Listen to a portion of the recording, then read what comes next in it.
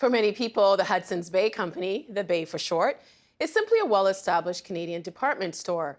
But that barely hints at its true history and significance as essential in Canada's founding.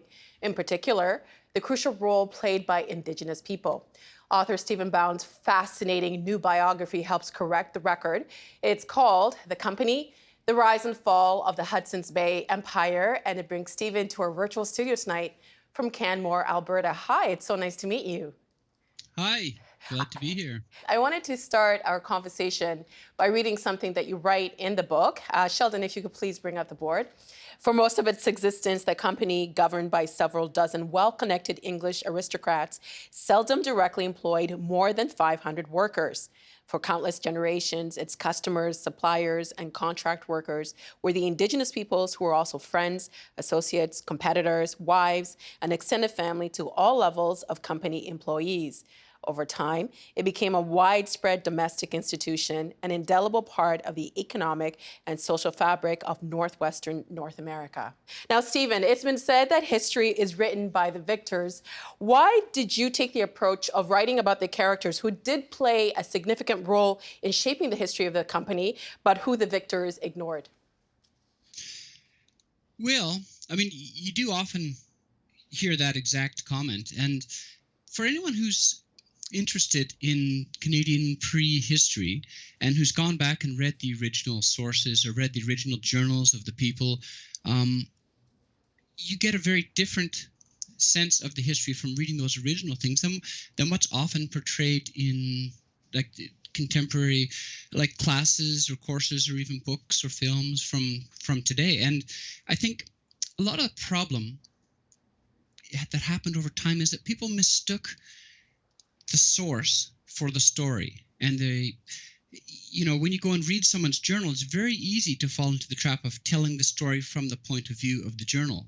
And I just tried to reimagine it, imagine myself floating above it and just say, no, the journal is the source. It's not the story. Well, how significant were the Indigenous contribution to the growth and success of the company? Well, I'd say it can't be overstated. Understated, overstated? I don't know. Understated. Well, it's extremely important. Let me just set the scene the tiniest little bit. In 1670, when those first ships were coming over from London, they had to spend months at sea in a sailing ship made of wood, creaking with storms slashing them in the North Atlantic, heading into Hudsons Bay through the frozen ice-infested waters, and then they pull up on the stony windlass shore on the subarctic coast of Hudsons Bay. They have no idea how to survive. They don't know anything. The first thing they did was to learn local customs, learn local languages, and integrate themselves into existing societies. Owing to the challenges and difficulty of getting there, people signed on contracts for a minimum of 7 years. Many of them spent decades or their entire lives working on the coast there. So, of course, that means they became part of those local societies. They married into those societies.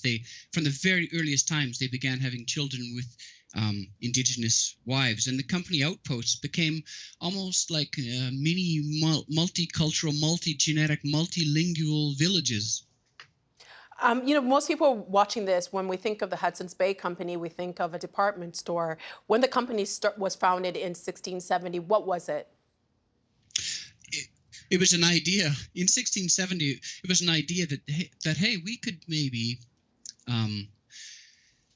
exchange some of the manufactured products that were then coming in with the Industrial Revolution in England and obtain these extremely valuable furs. The original idea was that by going in through Hudson's Bay instead of the St. Lawrence, you could get deep into the heart of the continent and tap into pre-existing commercial networks that basically, through the river systems, you could access most of Western Canada and down into the central and western United States and shave off, months of travel time and be much more profitable that way. Because, furs were very valuable in Europe at that time because of their waterproof abilities and the ability that you could have to mold them into certain shapes. And they were primarily used for hats.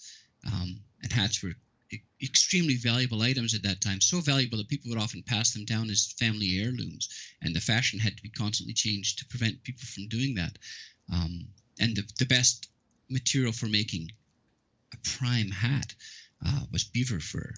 And this is really interesting thing, is that at the very early part of the trade that Radisson was involved in, and the Hudsons Bay Company was, from 1670 for several generations after that, the best fur for making hats out of was the fur that came from clothing that had been worn for at least a year. Inside out, and right? So, yeah, exactly. Because by wearing the fur, the people would wear off the outer guard hairs of the beaver and expose the soft fur on the inside. However, after being worn for a season, a lot of these fur garments were of little utility. They had already worn themselves out. It was the summer. People didn't want to carry them around with them anymore. And all of a sudden, these traders appear on the scene and start saying, well, that fur, the most valuable fur is the one that you're wearing. And I call it, the used clothing trade.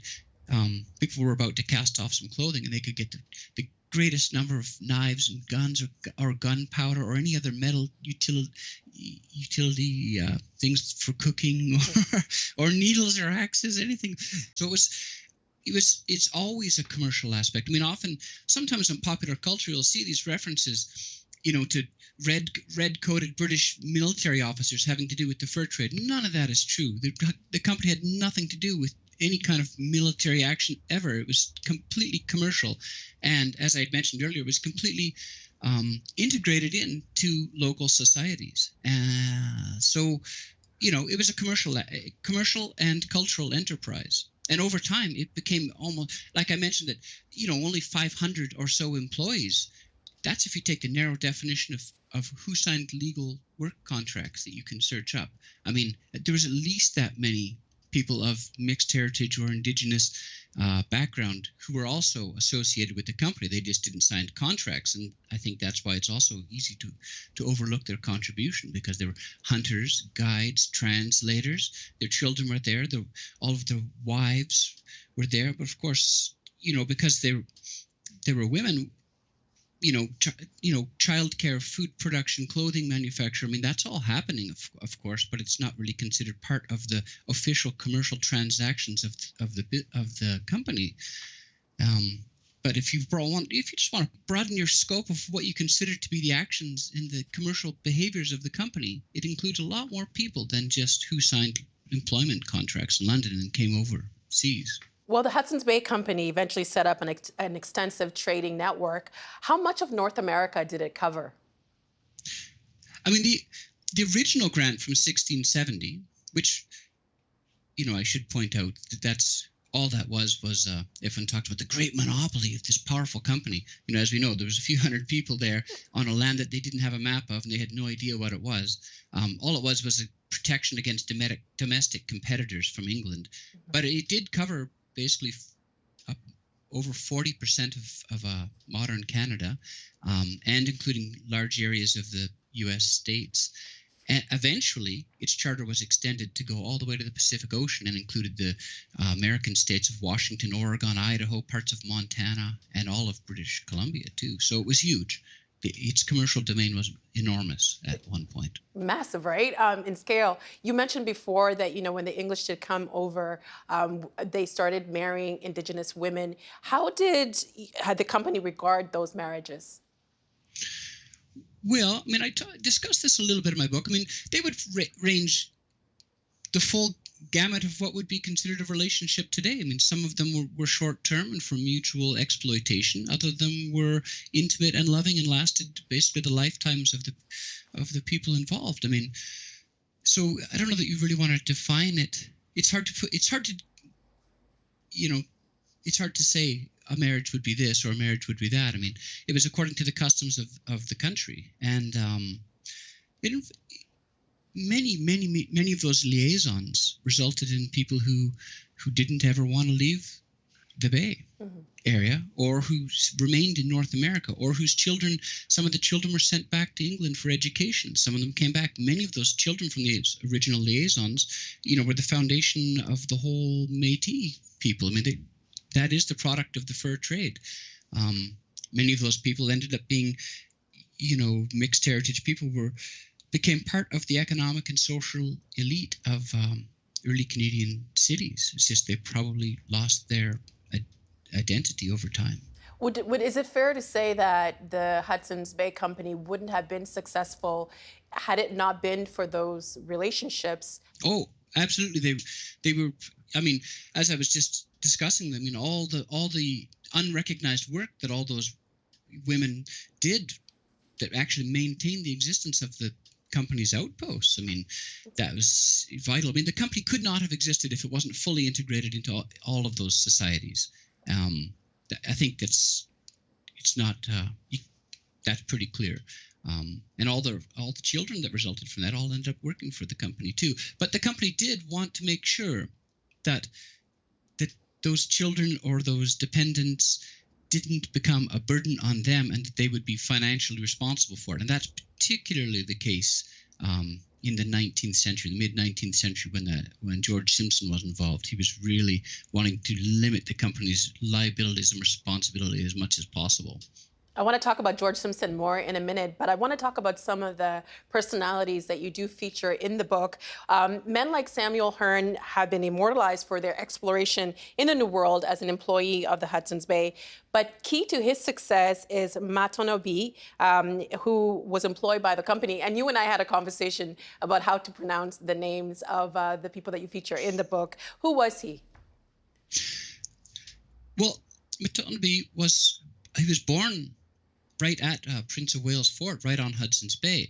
And he was raised by, Knight and Knight's Cree mistress or wife, I'm not sure, in the fort. So although he was a Diné speaker, he was raised with an understanding of Cree language and culture and an understanding of the company's operations and English language. And so he already had his foot in both worlds, and he was then taken by his family to go and live in the traditional territories. So when he returned, he was a very culturally fluent individual who had already established some significant trade networks that were of great benefit to the company and was already managing that. And then Samuel Hearne was someone that the company had hired. He's a very interesting fellow too, to go on some expeditions of his own and to search out the source of some mysterious copper sources, which may or may not have been valuable. And so Hearne set out on a couple of expeditions and failed both times, with some local guides trying to help him. And it was only when he hooked up with Matonabi that Hearne had any success at all. And essentially, Matonabi said, "Oh, I've already been to that area many times. I go there all the time. It's my regular business circuit. Why don't you come with me?" I'm paraphrasing, of course. So Hearne had a very successful multi-year expedition all the way out, by Lesser Slave Lake and Great Slave Lake and up to the Arctic Ocean area, and viewed all fascinating, adventurous things and some conflicts between peoples. And he wrote about the land, and he wrote about the culture. And then Matonabi brought him back. And so, why do we know a lot about Samuel Hearne and not a lot about Matonabi? And part of it is the nature of the source. I mean, Matonabi didn't write the book. Hearne wrote the book. We do know about the danger of a single story. And in this book, there are many Indigenous people who played significant roles in contributing to the tremendous success of the Hudson's Bay Company. One of the people that you do talk about is a Tikashish. Can you tell us about that person and some other heroes in the book? Yeah, I mean, he's one of my favorite characters, actually. And it's in a similar situation to Hearne and Matonabi. Tikashish is associated with Anthony Henday. Anthony Henday is quite a famous explorer in Canadian history. You can find maps of his journeys on Wikipedia. You look it up, it shows, there's this giant loop. He went all the way out.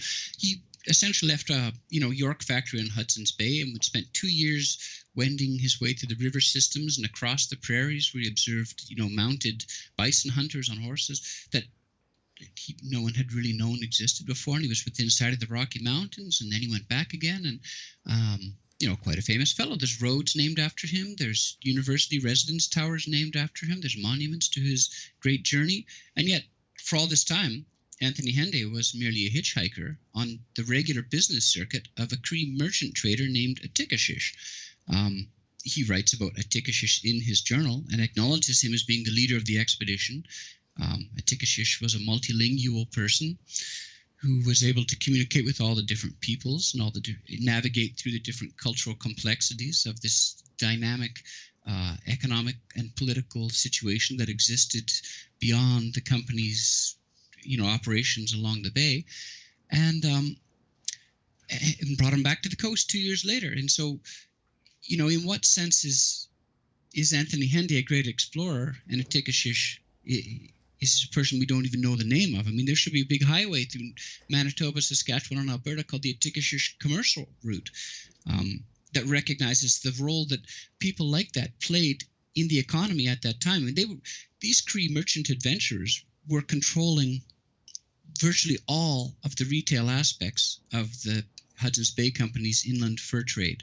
They were essentially using company outposts along the Hudsons Bay coastline as wholesale distribution centers, and they were running all the retail aspects of the trade themselves. And they went on doing this for generations. This is not a small thing, and how many people know about that? I mean, it should be well known that the roles people played in the fur trade are not so distinct and defined and static as we imagine, nor was the economy and the culture inland of where the company was operating. It was a very dynamic and interesting, fascinating, fluid world.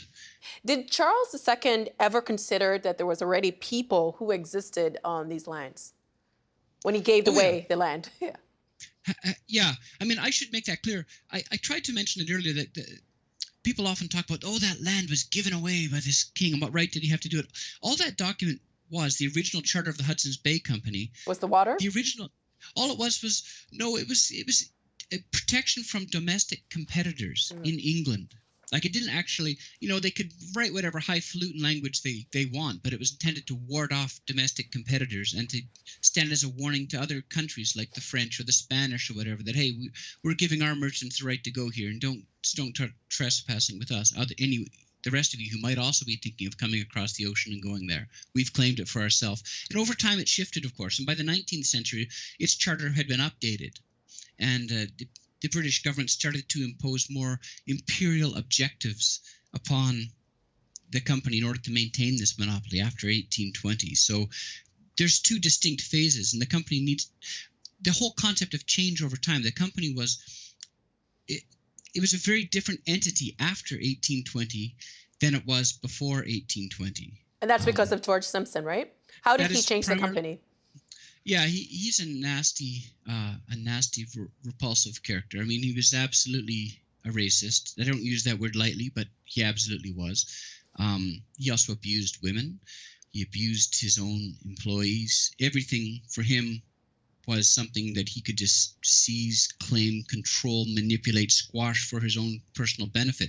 And unfortunately, he was in charge of the Hudsons Bay Company at the height of its geographical power, also at the time when the British government was imposing upon it certain imperial objectives that it wanted to do to prevent the Americans from coming, to prevent the Spanish from coming, or maybe even the Russians. So he was able to impose his odious views upon the companies beginning in the 1830s. For example, the senior officers, he began letting them know that they were no longer going to be considered for promotions unless they got rid of their Indigenous wives or their mixed heritage wives. He also began not promoting the mixed heritage children of his senior officers, which of course caused a lot of conflict and confusion within the ranks. I mean, who better to operate that company than the people who had been operating it forever and who understood the cultural complexities of its entire business operations. He was only able to get away with that because by then it was a very, very dominating monopoly in society. One of the most iconic things in Canadian culture is the Hudsons Bay blanket. How do you think Indigenous people view that blanket and the Hudsons Bay now? Well, I can see that there could easily be a lot of negative sentiment towards that business because, as I said, it shifted over time and was no longer the entity that it was, the blended cultural and genetic entity that it was for many, many generations. It became much more controlling, much more manipulative, and in some sense evil. I mean, there is this view of the company as being this giant tectonic British monopoly that kind of squashed people and imposed itself. And that's not inaccurate. It's just that's what the company became under George Simpson in the mid to late 19th century. And that's what will be most recently in the memory of many Indigenous people, I would imagine. However, the company obviously still employed all of those mixed heritage and Indigenous people. It's just that they were no longer being welcomed into the senior decision-making ranks of it. You have so many people in this book that have, Indigenous people that have kind of been erased from history. We've been having these conversations across the country about who in history should be celebrated. Without the Hudsons Bay Company, there would be no Canada. Do you think that, by talking about these stories and shining a light on the people that played a significant role in the success of the Hudsons Bay Company, that it can maybe shift our focus to some of the history that we should be focusing on as a nation? I think absolutely. I mean, if you want to take the broader view of who the company's people were and therefore what the company was, you'll get a very different perception of what this entity was. And it is an all-pervasive entity that dominates Canadian prehistory. It was much more diverse. It was much more open business and a cultural entity during that time. All sorts of people were involved in making the company what it was. And of course, it went in a very negative direction for one period of time, and it's left Canada with a bunch of cultural baggage that we still have to contend with. We have to wrestle with that as Canadians and come to terms with our own history and how it's changed over time. And we also have to look to the future. I mean, I've heard it said before, probably you have as well, that a society or a country is only going to be successful as its least successful citizens. And we have to move forward from the negative aspects of our past. And I think understanding that it wasn't always such a negative thing. It wasn't, the Hudsons Bay Company was not always a negative entity. It just became that way. It is important to realize that, history does just change over time. Everything is changing over time. And without the Hudsons Bay Company, it's fair to say there would be no Canada, right? Absolutely, there would be no Canada. So you have to add that onto its ledger of accomplishments, I guess. If you assume that there's anything beneficial to Canada, I personally think there are some beneficial aspects to Canada. The American Empire would have definitely claimed basically everything west of the Great Lakes, all of it. I mean, it was only the presence of the Hudsons Bay Company that allowed British Columbia, even by the mid-19th century, British Columbia could easily have just been entirely claimed by the Americans, who already did claim Oregon and Washington State and Idaho. Those were all part of the company's domain at one time. And it was the company, it accepted American pioneers coming on the famous Oregon Trail of the 1840s that allowed Americans to go there and survive in the first place. And then they kicked the company out and it moved its headquarters up to Fort Victoria in 1843. But the company basically was the only non-Indigenous economic and social presence in all of Western Canada, and that was the only reason that the British Empire was able to argue with the American Empire that it should be part of the British Empire. I mean, it's indisputable. Well, lots to get to in the book, and people should pick it up because it is terrific. Thank you so much, Stephen, for your time. We really appreciate your insight, and congratulations on a great book. Thank you so much. Oh, thank you. The Agenda with Steve Paikin is brought to you by the Chartered Professional Accountants of Ontario. CPA Ontario is a regulator, an educator, a thought leader, and an advocate. We protect the public. We advance our profession. We guide our CPAs. We are CPA Ontario. And by viewers like you. Thank you.